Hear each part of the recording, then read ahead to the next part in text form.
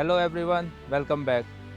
आज फिर हम अपने एक नए सफ़र की शुरुआत कर रहे हैं और इस बार प्रकृति की गोद में। मैं अपनी जर्नी शुरू कर रहा हूँ नैनीताल से। हालांकि अभी दोपहर का टाइम है और जनरली हम अपने दिन की शुरुआत सुबह के साथ करते हैं, लेकिन मैं सुबह निकला था रात का रिस्क ना लेते हुए, क्योंकि आजकल भाई रात को फॉग बहुत होती है, तो उस चीज़ का रिस्क ना लेते हुए मैं सुबह 5 बजे निकला था ताकि हमें ज़्यादा फॉग का सामना ना करना पड़े।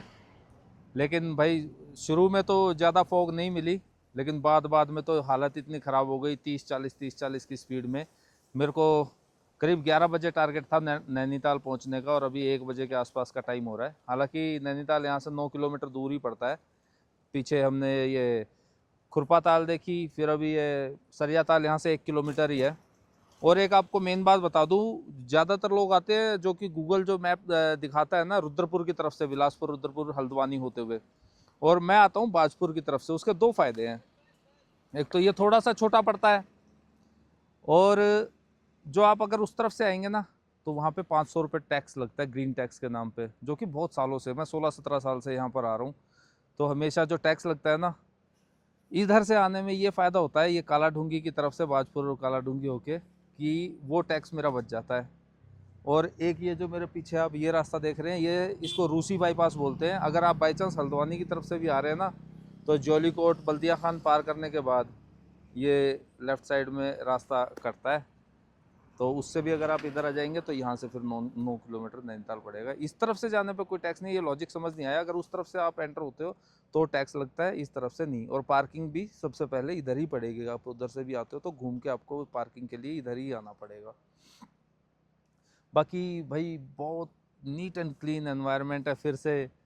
और ये ट्रिप हमारा करीब करीब होगा 10 दिन का, और इस बार नेपाल जा रहे हैं। नेपाल एंटर होंगे, इंडो नेपाल बॉर्डर जो है उसके थ्रू। और जब भाई जाना तो मैंने आदि कैलाश भी था, पर नहीं जा पाऊँगा क्योंकि अभी कुछ दिन पहले ही परमिट मिलना बंद हो गया है वहाँ का। तो मेरे लिए तो ज़रूरी था। आदि कैलाश के लिए दोबारा आएंगे, जिसमें कि हम रानीखेत, कौसानी, बागेश्वर और जागेश्वर और आदि कैलाश ये कवर करेंगे हम गर्मियों के टाइम में। मई महीने में वहाँ के परमिट खुल जाते हैं, तो दोबारा फिर से आएंगे। अभी हम जो है एक ट्रैक हम अल्मोड़ा के थ्रू, अल्मोड़ा धौलछीना, और आपको इतनी बढ़िया बढ़िया चीज़ें दिखाते हुए हम मुंशियारी के रास्ते धारचूला नेपाल में एंटर करेंगे। और इस बार कैंपिंग भी करेंगे। गाड़ी में कैंपिंग का सारा सामान अवेलेबल है अपने पास। मस्त मस्त नज़ारे होने वाले हैं। तो चलिए आइए नैनीताल चलते हैं और वीडियो की शुरुआत वहाँ से।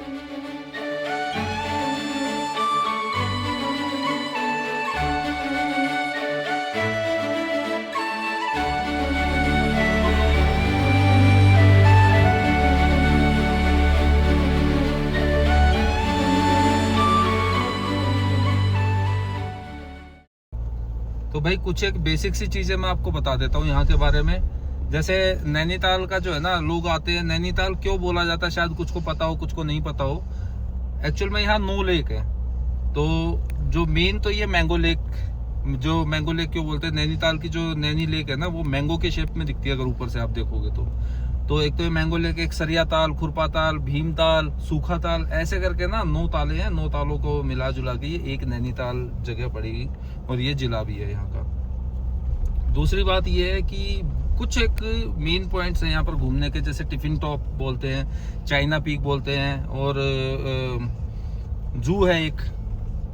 तो जू पे और वहाँ तो जाएंगे हम चाइना पीक पे, क्योंकि वहाँ गाड़ी पहुँच जाती है। वहाँ रोपवे से भी जाया जाता है, हालांकि वो भी दिखाऊंगा मैं भी आपको। और टिफिन टॉप तो अब नहीं जा रहे भाई। और वैसे 2-3 दिन की आइटनरी बना सकते हैं आप नैनीताल जब भी आते हैं ना।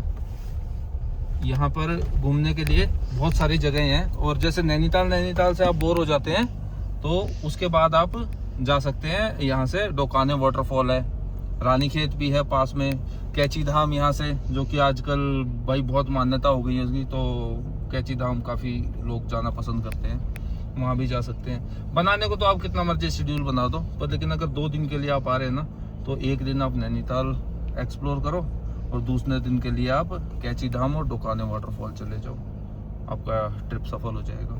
तो चलो मेन लेक पे पहुँच के बात करते हैं आपसे।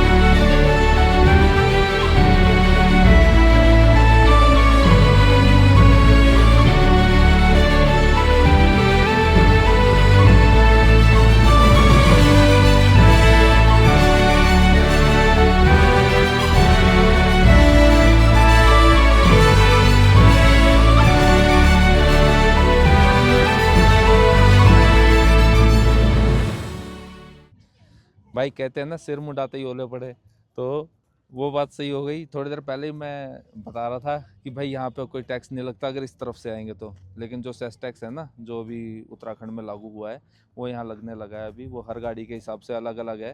तो कुमाऊं डिवीज़न हो या गढ़वाल डिवीज़न, उत्तराखंड के 2 डिवीज़न है ना, तो हम अभी कुमाऊं डिवीज़न में आए हैं। तो यहाँ पे भी वही लग रहा है। और पार्किंग के रेट सुन के तो आपके होश उड़ जाएंगे। 500 रुपये पार्किंग लग रही है यहाँ, जो कि वर्थ इट नहीं है। लोग आते हैं बेवकूफ़ बन के जाते हैं, भाई घूमने आ रहे हैं कितने कितने दूर से, 500 रुपये वो, 300 रुपये तो, 800 रुपये तो घुसते ही दे दिए। जबकि हमने पूरी दिल्ली से यहाँ तक आने में इतना टैक्स नहीं दिया। 3000 रुपये का एनुअल पास मैंने गाड़ी का बनवा रखा है, जो कि आजकल ज़्यादातर लोगों ने बनवा लिया है, जिसके हिसाब से 15 रुपये पर टैक्स, टोल टैक्स पे पड़ता है। अब सोचो वहाँ 15-15 करते हुए हम कैसे कैसे यहाँ पहुँचे हैं और यहाँ पर ये इतना लगता है। एनीवे, मैं भी जहाँ खड़ा हूँ इसको ठंडी सड़क बोलते हैं और उस तरफ है माल रोड। तो माल रोड का ये अल्टरनेट रास्ता बनाया गया था। ठंडी सड़क बोलने के इसके 2 रीज़न है। एक तो यहाँ से कोई आता जाता नहीं था, ये अल्टरनेट था, एमरजेंसी में यूज़ होती थी ये सड़क। लेकिन अब लोग पैदल चलने के लिए इसको यूज़ कर रहे हैं, व्हीकल्स इस पर अलाउड नहीं है। दूसरा ठंडी सड़क बोलने का, क्योंकि जो सूरज निकलता है ना वो नैनीताल में इस तरफ से निकलता है और इस तरफ जाके ऐसे छिप जाता है, तो यहाँ कभी धूप नहीं आ पाती है, इस सड़क पर कभी धूप नहीं आती है। तो इसलिए ये दूसरा रीज़न है इसको ठंडी सड़क बोलने का, कि यहाँ ठंडक रहती है हमेशा। और अब हम नैनीताल के उस वाले हिस्से में चलेंगे जो कि फेमस है, लोग आते हैं यहाँ। इधर पास में गुरुद्वारा भी है, एक मस्जिद भी है और नैना देवी का मंदिर भी है। और यहाँ एक छोटी सी ये मार्केट है जहाँ की सर्दी वर्दी के कपड़ों की लोग शॉपिंग करते हैं। तो नैना देवी मंदिर के पास तो कंस्ट्रक्शन चल रहा है। गुरुद्वारे में अपन जाएंगे, वैसे तो मंदिर में भी जाएंगे। और उसके बाद हम चलेंगे, उधर सामने दिखता है चाइना पीक और जू, वहाँ भी चलेंगे। वैसे यहाँ पे और भी चीज़ें हैं घूमने के हिसाब से, फन पॉइंट है और भाई केव्स वगैरह जाते हैं लोग देखने के लिए, ऊपर ट्रैक करके भी जाते हैं, पर उतना सब हम नहीं कर रहे। हम मेन मेन जगहों पे जाएंगे अभी।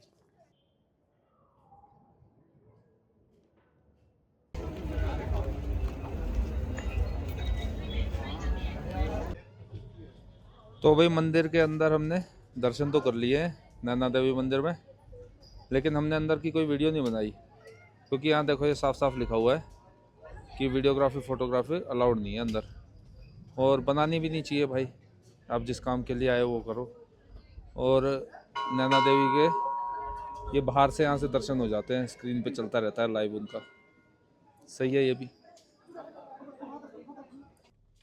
भाई भूल के भी मत घुस जाना नैनीताल में पहले जो था। अभी एक तो भीड़ बहुत हो गई है, चीज़ें आपको बहुत महंगी मिलेंगी, प्रॉपर्टीज़ महंगी है। और भाई सबसे बड़ी बात तो जो गवर्नमेंट भी जो है ना टूरिस्टों को सपोर्ट नहीं कर रही, इतनी लूट मचा रखी है। 300 रुपये तो एंट्री करते ही, और जो ये 500 रुपये की पर्ची है ना, और इसमें देखो लिखा हुआ है चेकआउट टाइम 12 बजे। अगर आप 11:50 पे भी घुसते हो तो 10 मिनट बाद आप वापस निकलोगे तो आपके 500 रुपये तो ये लगे लगे फिर से लग जाएंगे। तो आप जो है ना अगर घुस भी जाते हो तो 1-1.5 घंटा कहीं वेट कर लो भले ही, या कहीं बाहर ही रुक जाओ, जैसे मैगी पॉइंट वगैरह, वहाँ खा पी लो कुछ। और उसके बाद ना 12 बजे के बाद यहाँ गाड़ी लगाओ तो अगले दिन के 12 बजे तक पूरे 24 घंटे के लिए 500 रुपये हैं ये।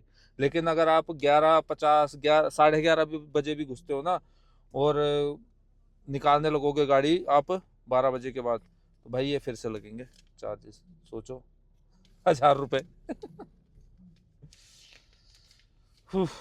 यकीन सा नहीं होता भाई, इतना एक्सपेंसिव नैनीताल।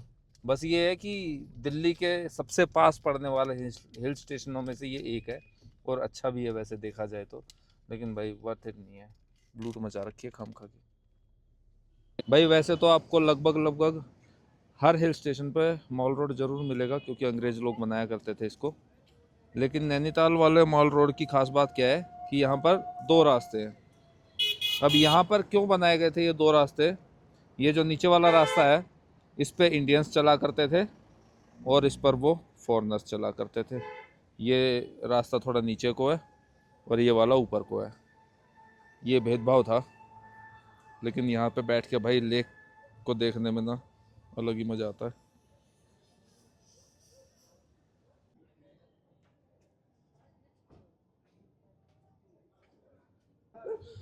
कितनी अच्छी बात लिखी है ना लेकिन आप खुद सोचो जिस हिसाब से भाई इसमें नैनीताल में इन्होंने लूट मचा रखी है ना, खुद कोई नहीं आना चाहेगा ये बात करने। आने वाली पीढ़ी की, पीढ़ी छोड़ो, 1-2 साल में यहाँ भट्ठा गोल होने वाला है इनका। हर जगह पे पैसों की डिमांड है, हर जगह पे। यहाँ अच्छी भली गाड़ी आ सकती है, हालांकि अभी कंस्ट्रक्शन चल रहा था, रोड बन रही थी, तो मेरे को बीच में रोकनी पड़ी। 1 किलोमीटर करीब मैं पैदल चल के आया हूँ। लेकिन भाई जिस हिसाब से जू जाने के लिए गाड़ी जाती है, मैं यहाँ कई बार आ चुका हूँ इसलिए मुझे पता है। लेकिन कोई सोचो कोई नया है तो उसको ऐसे पकड़ पकड़ के रोक रहे हैं ज़बरदस्ती, कि जैसे दामाद आ गया उनका, कि यहाँ यहीं गाड़ी रोको, आप पार्किंग में लगा के आओ दोबारा से, भले ही आप 500 रुपये फिर से दो उनको पार्किंग के, और यहाँ पे उनकी प्राइवेट टैक्सी में आओ। इतने बेवकूफ़ बनाते हैं। इधर से रोपवे लेके आओ, रोपवे का हालांकि ऑप्शन है यहाँ ऊपर चाइना पीक पे आने का। एनीवे, मेरे लेफ़्ट साइड में यहाँ पे पैनोरमा व्यू है, और वो जस्ट पीछे चाइना पीक है। उस पहाड़ी पे और चढ़ के जाना है, तो वहाँ से जो चाइना की पीक है ना, जो सफ़ेद हिमालयन की बर्फीली चोटियाँ, वो नज़र आएंगी। और वो चल के देखते हैं एक बार।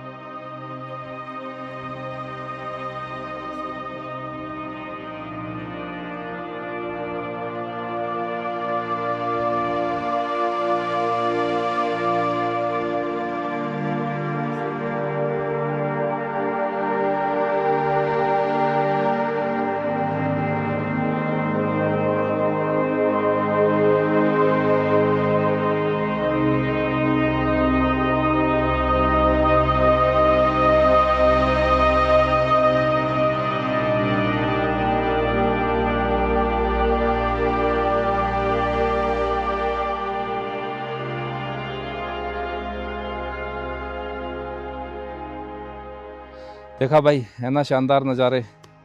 हालांकि ये चाइना पीक इसको बोला जाता है, लेकिन ये हिमालय रेंज है। इसके बाद तिब्बत आता है और उसके बाद चाइना आता है। इस टाइम हम करीब करीब 7,500 फीट की हाइट पे खड़े हैं। ये नैनीताल का वो पार्ट है जो अगर स्नोफॉल हुआ ना, तो सबसे पहले यहीं होता है स्नोफॉल।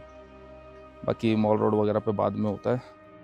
और यही थे मस्त नज़ारे। बाकी यहाँ पे ज़ू भी है, ज़ू भी अच्छा है। जैसे बाकी चिड़ियाघरों में मरगिल्ले से पशु पक्षी पाए जाते हैं ना, शेर वगैरह, यहाँ बहुत हेल्दी है।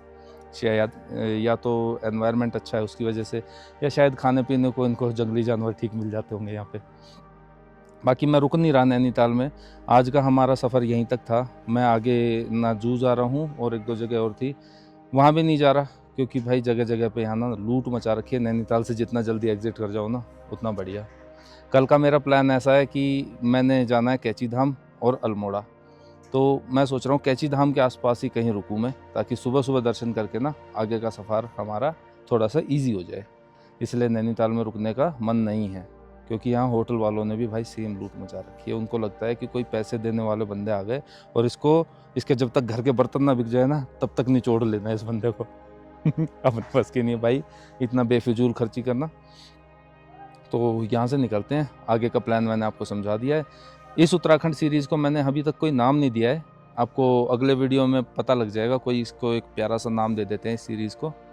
और अगर आपको आज का वीडियो अच्छा लगा हो तो भाई एक ठीक है, और बने रहिए ऐसी वीडियोस देखने के लिए हमारे साथ। सी यू सून।